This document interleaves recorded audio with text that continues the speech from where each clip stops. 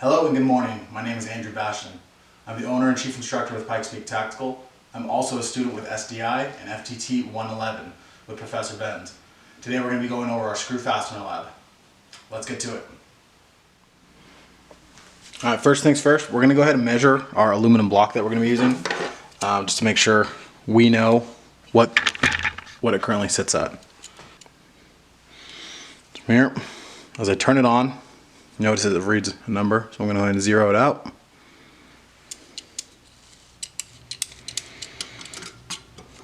Our total width is 2.044.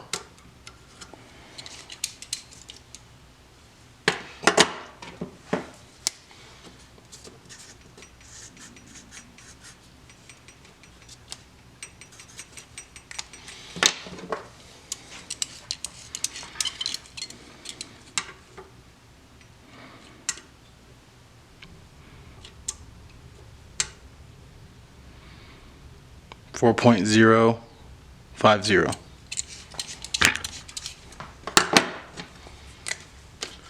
After we have our width and our length recorded, the width I went ahead and cut in half to 1.022, and that will be our center line running lengthwise. Then our length I cut in half the first time to get 2.025, should give us our middle line, and then 1.0125 should give us both our top and our bottom widthwise lines. So now we're going to go ahead and apply some permanent marker. Drawn out, what I'm going to do is I'm going to set my caliper to 1.022. First we get it down, we'll zero it out. And I'm going to open it up to 1.022. Might take some finagling to get there. I'm going to lock my screw. So this is going to lock the caliper arms in place. And from there, what I'm going to do is I'm going to take this, send one edge on the corner. I'm going to score it from one way.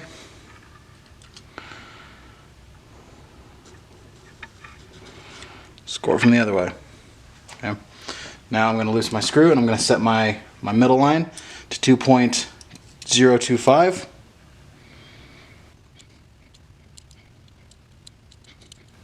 Hope anyone watching this understands the difficulty of getting down to 1/1000th of an inch. 2.025, and we're going to mark our center line both ways.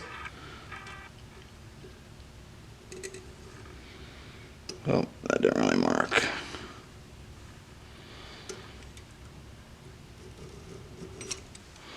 Okay. Alright, so zero it out.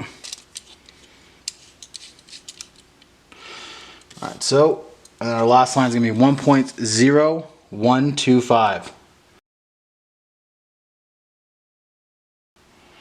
Perfect. Right there. 1.0125. Now, we're going to use this to mark our top and our bottom holes. So our distance from the top.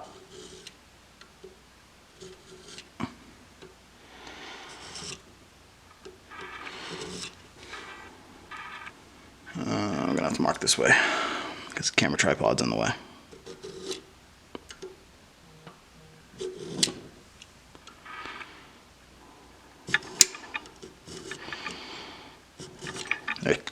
Okay. Alright, so I don't have a center punch, but I do have a nail. So I'm going to line that up in the center. Alright, so what we're going to do now is we've gone ahead and installed our ground center drill bit. We're going to use that to start our holes. That way whenever we use the tap, it's got something to bite onto. So, before doing that, before cutting any kind of metal, I always like to put a little bit of cutting fluid. Just a bit. Maybe. If this old nozzle isn't clogged up or seized. Alright, so cutting fluid's not coming out. So instead, good old fashioned gun oil.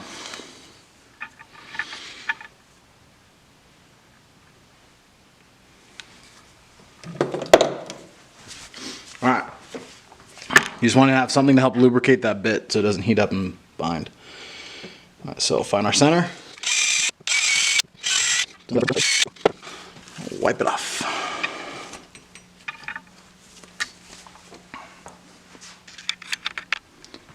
Alright, now we've gone ahead and installed our number 31 jobber bit. So we're going to drill all the way through. Now, again, prior to, I want to make sure apply a little bit of oil. Keep that bit moving.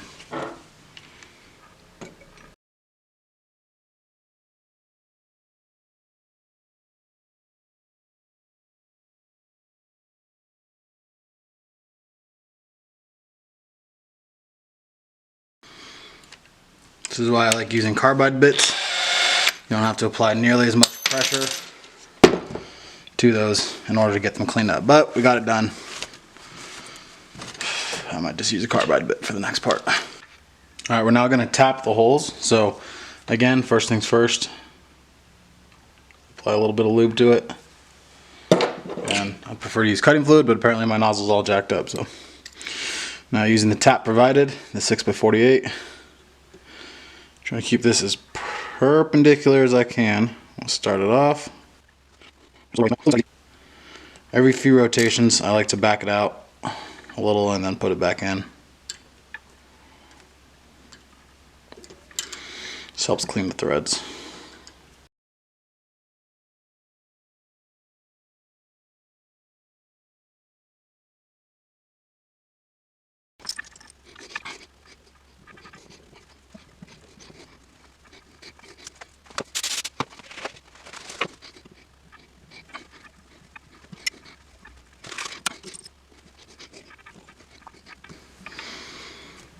So just for consistency's sake, I'm gonna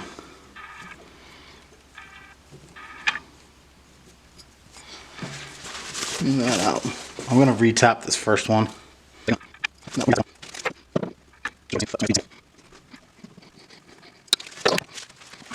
So one part we did while not on camera is we actually cleaned these holes out. We sprayed in a solvent to clean it all out. Then I went back through with my deburring tool and removed the burr that was on the top of these. So now we're just going to go ahead and test fit our screws just to make sure that everything's in line.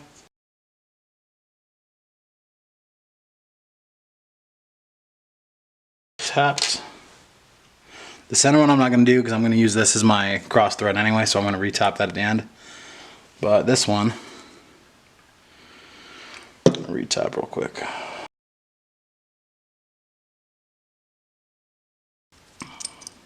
So just so you know too, so this tap wrench actually works.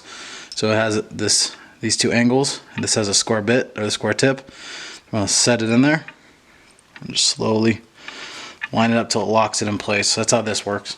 I'm going to test this screw now, make sure that job just did what we needed it to do.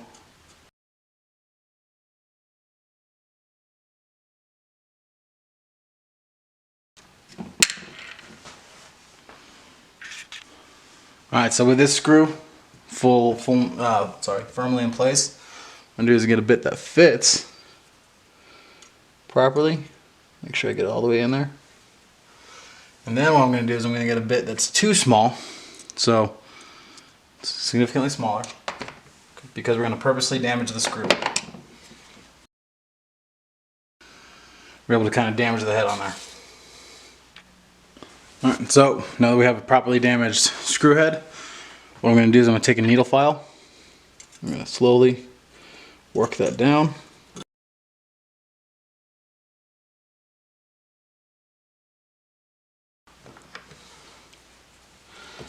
Now using a screw head that fits, I'll remove the screw. Actually, so as I pull it out, I notice that there's a couple spots on it right there. So before we get my sanding block set up, I'm going to take the screw and I fit it into my drill. Alright, so our sanding setup isn't anything crazy. It's just a little 1x with some sandpaper wrapped around it. For this project I'm using 220. So take it on there. at moderate speed. Found really helps to kind of give it that machined finish to it. So that screw's good. We're going to reinstall it about that much so it has something to hold. Ideally I'd take this off, but I don't have separate vices or separate camera setups, so that's why I'm doing the repair inside there. So once that's there, I'm going to go ahead and take out my Birchwood Casey Permablue shameless product plug. Tip with a cotton swab. Before doing that though, I'm going to actually spray this off to remove anything on it. So I use electronic parts cleaner sometimes if I don't have compressed air with me, just because it works well and it evaporates really fast. So like I said, we're going to reinstall this.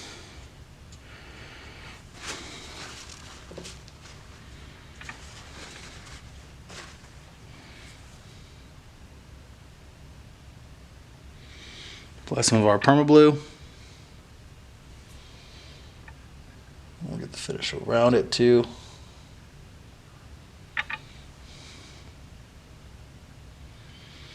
You notice right away how it gets that really dark, deep color that we're looking for, so we'll let that set for a bit.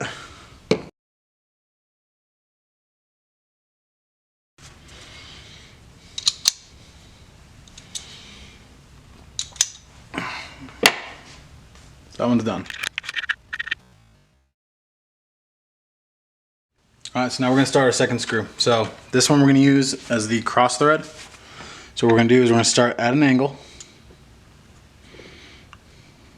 We want to purposely cross thread this. So, oh damn it.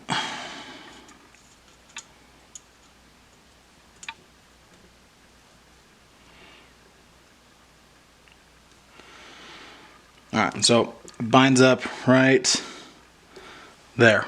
So that is a cross thread screw. It won't go. Alright, so the way that we're going to repair a cross thread is extremely simple. So we're going to back the screw out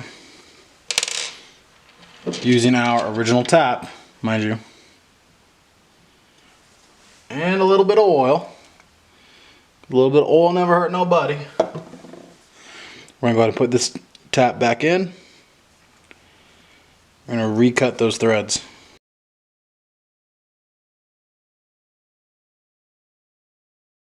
Take my screw. Still sits tight. That's how you repair cross thread. Alright, for this next portion, we have our screw head. We're going to practice screw extraction. I'm going to use a cutoff wheel on my Dremel tool. Now, because this isn't my camera and I don't want sparks flying or anything crazy like that to damage my eyes or my camera or anything else, I'm actually going to do this part off camera with a lens cap on to prevent damage. Alright, so as you can see, our screw head is sheared off. There's no way to get that in there, right? Okay, so now we need to extract that. So to start off this portion, what we need to do is actually file that down. So we're going to file this down.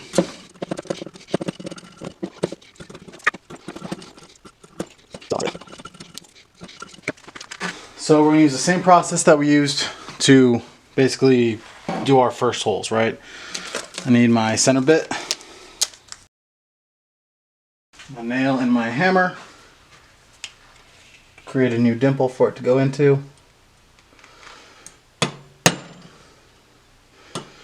Well, apparently brass on steel doesn't work out too well, so we're gonna wing it. So I'll put a little lube on top, just because we're trying to cut into metal. So we have our dimple in there.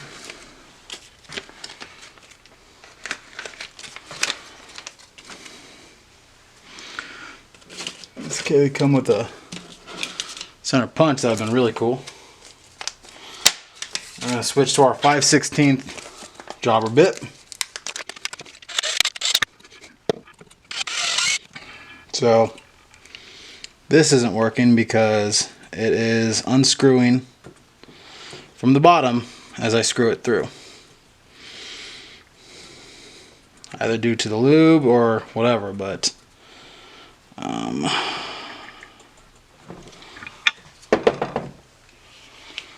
I don't know if that was supposed to happen because I don't know if this block of aluminum was supposed to be all the way through, but yep, so that's not going to work because the block of aluminum is too thin to hold this in there without it going all the way through. So the rotation is actually causing it to kick out. Now, I am going to, however, repair this because I want to still go through the process. So, obviously our jobber bit does its thing. We'll say if the jobber bit is actually supposed to drill a hole into the screw.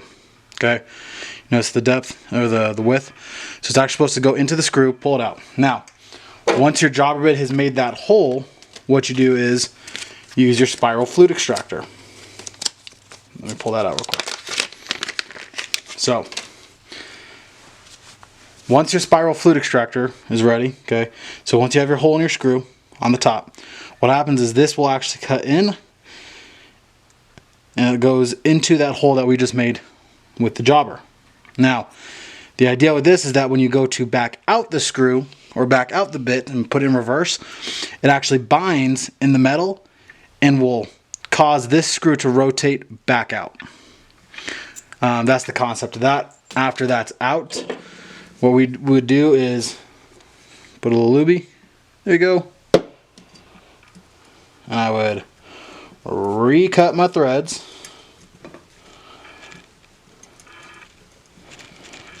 Because I'm sure that just destroyed the inside of this.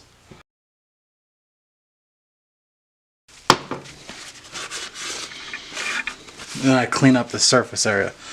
And then reinsert a new screw into there. So real quick, what I am going to do,